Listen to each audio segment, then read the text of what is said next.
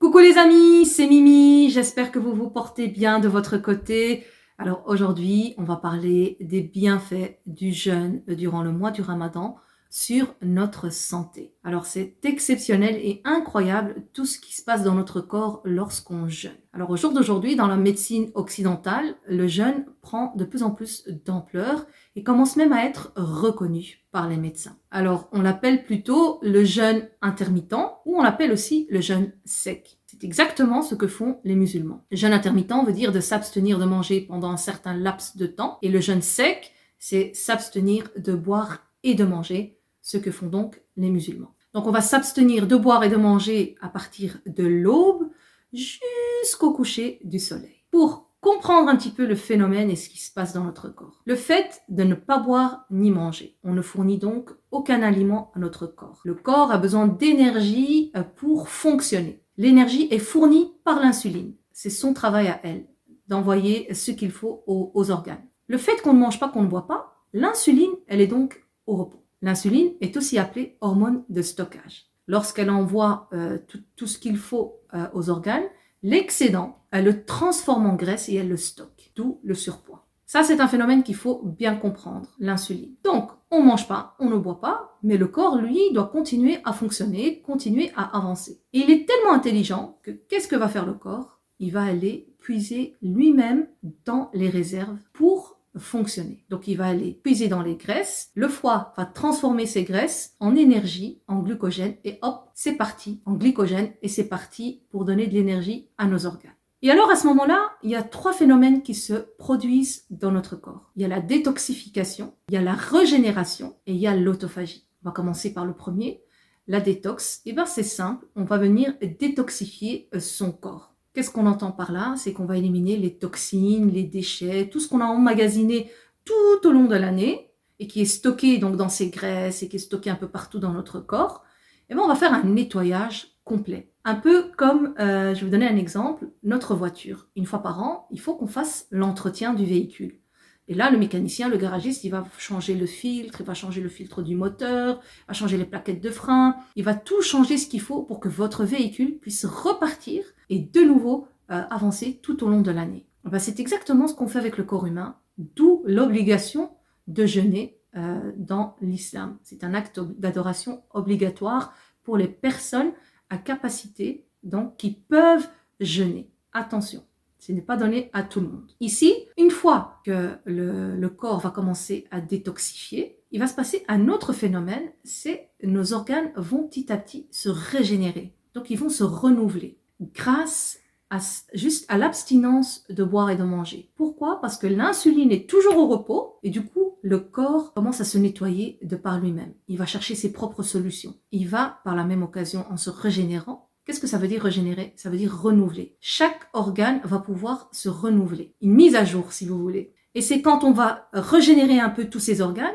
que prend place l'autophagie. Que veut dire autophagie? Donc, auto veut dire soi-même. Phagie veut dire manger. En fait, le corps va venir se manger lui-même. Donc, je vais expliquer un petit peu plus en détail. On a tous des organes et les organes, le corps va donc aller puiser dans les cellules pour nourrir le corps, pour fournir l'énergie, pour faire fonctionner tous ces organes. Mais ce qu'il va faire, il va d'abord puiser dans les cellules malades. Il arrive parfois qu'on a des petites maladies cachées, qu'on n'arrive pas à déceler, ou des petits dégâts, des petits maux qui ne font pas forcément de bruit ou de douleur. Le fait de s'abstenir de boire et de manger, de jeûner, eh bien, on permet de soigner ces choses-là. Parce que le corps va donc d'abord attaquer en premier lieu les cellules malades. Il va donc les transformer en énergie et continuer à faire fonctionner comme ça le corps. Et ça permet à l'organe de se régénérer, d'avoir un petit coup de peps et de refonctionner avec toutes ces fonctionnalités possibles. Ça, c'est un phénomène incroyable qui est donc l'autophagie. Sans effort, sans médicaments, naturellement, juste en s'abstenant de boire et de manger pendant un certain laps de temps. Par la même occasion, comme l'hormone de stockage et l'insuline est au repos, eh ben on va déstocker. On va donc éliminer tout l'excédent de gras. Vous voyez tout le travail qui se passe dans notre corps pendant que l'on est en train de jeûner. Alors beaucoup voient le jeûne comme une épreuve lourde. Or, le jeûne, c'est une libération. Libération d'esprit, on libère son corps, on libère son estomac, on n'est plus affamé tout au long de la journée parce que vous savez que au plus vous mangez, au plus vous avez faim. Au moins vous mangez, au moins vous avez faim. Et au moins on mange, au moins on a envie de craquage, au moins on a envie de gourmandise. Et là, le plus important, c'est à l'heure de rupture.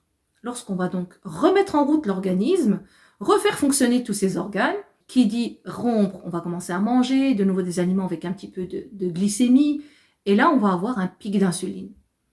Le problème, c'est que dans notre communauté, on a tendance à se diriger vers des aliments trop riches, et on mélange les aliments riches en glucides et riches en gras. Quand on mélange les deux, c'est la bombe.